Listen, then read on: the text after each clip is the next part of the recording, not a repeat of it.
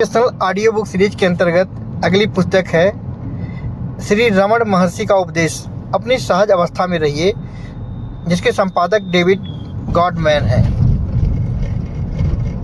David godman की पुस्तक के आधार पर ही श्री रमण महर्षि के उपदेश को निम्न रूप से प्रस्तुत किया गया है। पहला, आत्मविचार, स्वयं जांच, मैं कौन हूँ, हु एम आई। यह रमण महर्षि की शिक्षा का मूल आधार है।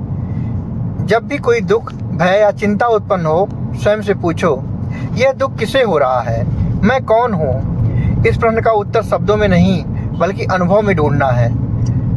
यह प्रश्न आपका ध्यान बाहरी वस्तुओं से हटाकर अंतर्मुखी करता है और उस मैं विचार की जड़ तक ले जाता है जिससे सभी विचार उत्पन्न होते हैं। असली स्वरूप की खोज। आपका वास्तविक स्वरूप आत्मन, सेल्फ है। यह शुद्ध चेतना, शांति और आनंद है। आप यह शरीर या मन नहीं हैं। आप वह शाश्वत साक्षी हैं जो इस शरीर और मन के होने वाले का अनुभव कर रहे हैं। लोग दुखी इसलिए हैं क्योंकि वे स्वयं को इस शरीर मन से जोड़कर देखते हैं, जबकि वे खुद तो उसके अवलोकन करता मात्र हैं। मन का स्वभाव। मन ही बंधन का कारण है। यह स्वयं में कोई स्वतंत्र अस्तित्व नहीं रखता। यह केवल विचारों का एक बंडल है। मैं विचार, अहंकार ही मन का पहला विचार है, जिससे अन्य सभी विचार पैदा होते हैं। मैं कौन हूँ का अभ्यास करने से यह मैं विचार अपने मूल स्रोत में विलीन हो जाता है। फिर शुद्ध मैं आत्मन ही रह जाता है। आत्म साक्षात्कार ही मुक्ति है। मुक्ति या मोक्ष कोई नई चीज प्राप्त करना नहीं है। यह तो अपने वास्तविक स्वरूप को पहचानना, सेल्फ रियलाइजेशन है, जो पहले से ही आप हो। यह भविष्य में होने वाली घटना नहीं है। यह इसी क्षण अभी यहाँ संभव है, बशर्ते सीकर्स की ललक पर्याप्त स्ट्रांग हो। गुरु की आवश्यकता। महर्षि मानते हैं कि आत्म साक्षात्कार के लिए गुरु का मार्गदर्शन अत्यंत आवश्यक है। गुरु बाहरी हो सकता है या फिर अंतरात्मा के रूप में अंदर भी। वास्तविक गुरु कोई व्यक्ति नहीं बल्कि शुद्ध चेतना का प्रतिरूप है। वह सीकर का ध्यान बाहर से भीतर की ओर मोड़ता है। भक्ति और ज्ञान का मेल। महर्षि के लिए भक्ति और ज्ञान में कोई विरोध नहीं है।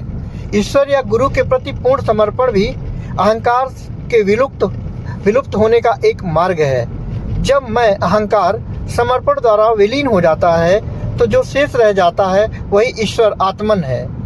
ध्यान का तरीका। ध्यान का अर्थ है लगातार अपने वास्तविक स्वरूप में स्थित रहना।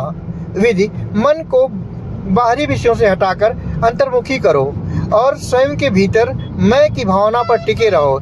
इस भावना को महज एक भावना के रूप में ना देखें बल्कि उसके स्रोत की ओर देखें। जगत की वास्तविकता। संसार मन की ही एक प्रोजेक्शन है। जैसे स्वप्न सच लगता है वैसे ही यह जगत। जब तक आप स्वयं को शरीर मानते हैं तब तक जगत वास्तविक लगता है। जब आप आत्मन में स्थित हो जाते हैं तो जगत आपको उसी तरह अवास्तविक लगने लगता है जैसे जागने पर सपना। कर्म और नियत। व्यक्ति का भाग्य पूर्वकृत कर्मों प्रारब्ध द्वारा निर्धारित होता है, लेकिन आत्मज्ञानी पुरुष के लिए कोई कर्म बंधन उत्पन्न नहीं करता। आत्म साक्षात्कार के बाद शरीर उसके प्रारब्ध के अनुसार कार्य करता रहता है, लेकिन ज्ञानी व्यक्ति स्वयं को कर्ता नहीं मानता, इसलिए उसके कर्म उसे बांधते नहीं। सरल और प्राकृतिक जीवन। महर्षि किसी भी तरह के कर्मकांड, जटिल दर्शन या कर्म योग का पालन करने के पक्ष में नहीं थे। उनकी शिक्षा अत्यंत सीधी और सरल है। बस अपने वास्तविक स्वरूप को जानो। उनका कहना था, बस वैसे ही रहो जैसे तुम हो, बी एज यू आर। रमण महर्षि की शिक्षा का सार यह है कि मुक्ति बाहर कहीं नहीं बल्कि अपने भीतर छिपी है। हमें बस अपना ध्यान बाहरी दुनिया से हटाकर अपने अस्तित्व के मूल स्रोत, उस मैं की भावना में केंद्रित करना है जो हमेशा से मौजूद है। यही आत्मविचार का मार्ग है और जो सीधे आत्म साक्षात की ओर ले जाता है। जय हिंद, जय भारत।